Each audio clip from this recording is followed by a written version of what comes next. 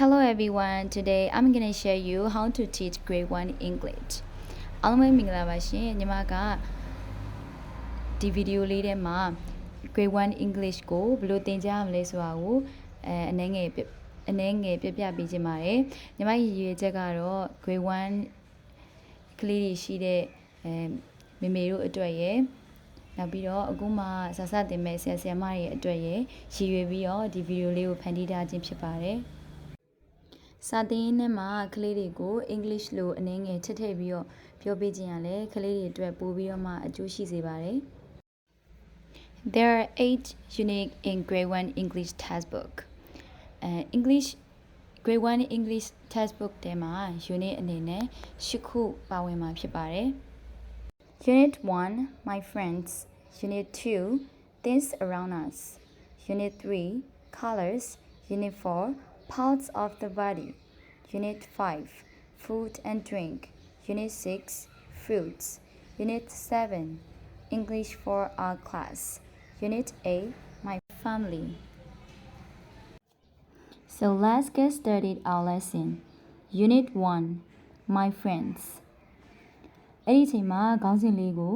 friends ဆိုတဲ့စကားလုံးလေးကိုတငယ်ချင်းဆိုပြီးတော့အဓိပ္ပာယ်ကိုဓာတ်ရိုက်မပြောဘဲနဲ့အဲ့ဒီအချိန်မှာသူ့ကိုမိကုန်းလေးအနည်းငယ်မေးပြလို့ရတယ်ပေါ့နော်ကလေးတွေကို Do you have a friend? How many friends do you have? 2 friends? 3 friends? How many friends do you have? So အဲ့ဒီအချိန်မှာကလေးရဲ့တငယ်ချင်းကသူရ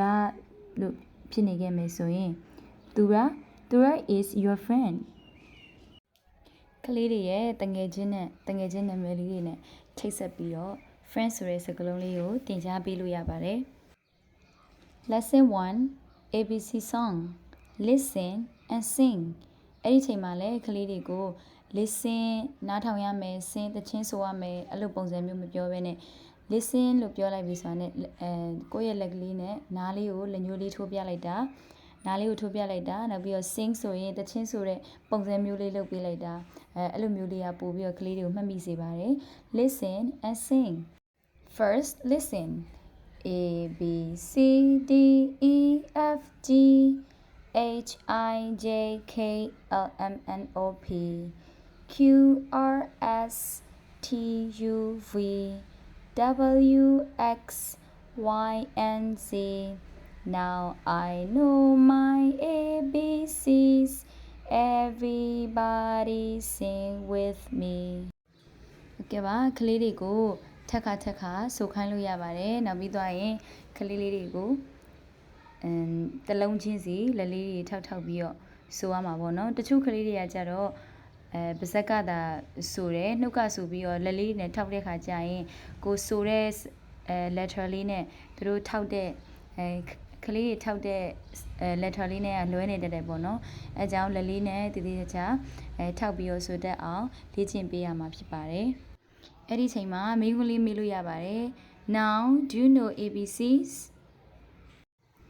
Okay now everybody sing with me ဆိုပြီးတော့အမူအရာလေးနဲ့ကလေးလေးကိုသင်ကြားပေးလို့ရပါတယ်ရှင်အားလုံးပဲအဆင်ပြေကြပါစေနော်